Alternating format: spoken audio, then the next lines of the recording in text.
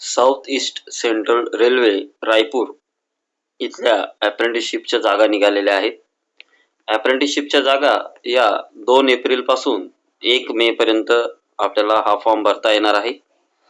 हा फॉर्म भरण्यासाठी आपले ITI झालेला असावा व अप्रेंटिसशिप रजिस्ट्रेशन झालेले असावे. या व्हिडिओच्या शेवटी आपणास फॉर्म कुठे भरता येईल याची सुद्धा माहिती देण्यात येईल. DMR ऑफिस रायपूर डिव्हिजन यामध्ये जागा निघालेल्या आहेत.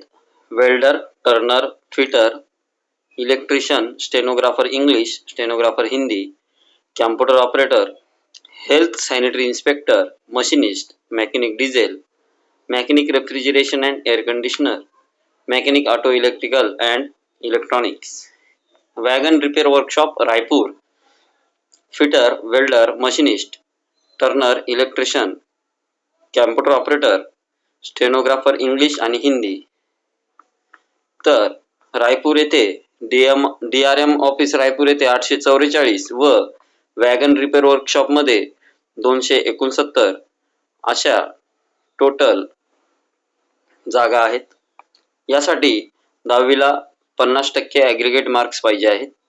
बेस्ट ऑफ 5 नुसार या रेल्वे अप्रेंटिसमध्ये मार्क गृहीत धरता येत नाही. त्यानंतर आपला ITI कोर्स झालेला पाहिजे. यापैकी हे जे कोर्स दाखवलेले आहेत यापैकी आपला एक कोर्स झालेला पाहिजे कोणताही. त्यानंतर तुमची जन्मतारीख ओपन कॅटेगरी असेल तर 2/4/2000 ते 2/4/2009 पर्यंत, SC ST साठी 1995 ते 2009 पर्यंत, OBC साठी 1997 ते 2009 पर्यंत व PWD म्हणजे हँडिकॅप व एक सर्व्हिसमॅनसाठी 1990 ते 2009 पर्यंत उमेदवार असावेत. 1 वर्षाचा हा ट्रेनिंग पिरियड असणार आहे. ITI झाल्यानंतर अप्रेंटिसशिप आपल्याला करावं लागते आणि ती रेल्वेमध्ये केली तर आपला फायदा होतो. आपल्याला रेल्वेमध्ये भविष्यात जागा निघाल्यावर त्यामध्ये प्राधान्य राहते व आपल्याला इझिली नोकरी लागू शकते. ठीक आहे. हा फॉर्म भरण्यासाठी तुम्ही आमच्या या चॅनलला लाईक आणि सबस्क्राईब करून, हा आमचा नंबर आहे वैष्णवी मल्टी सर्व्हिसेस, या नंबरवर आपले डॉक्युमेंट व्हॉट्सअप करून आम्ही तुम्हाला हा फॉर्म भरून देऊ शकतो.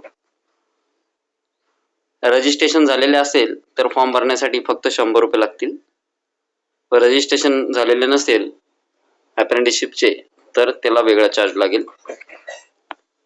ही माहिती तुम्ही इतर मित्रांना सुद्धा शेअर करावी व या चॅनलला लाईक आणि सबस्क्राईब करावे, जेणेकरून पुढील भविष्यातील नोकरीविषयक संधी आपणास मोबाईलवर प्राप्त होईल व फॉर्म भरणे सुद्धा सोपे होऊन जाईल. धन्यवाद.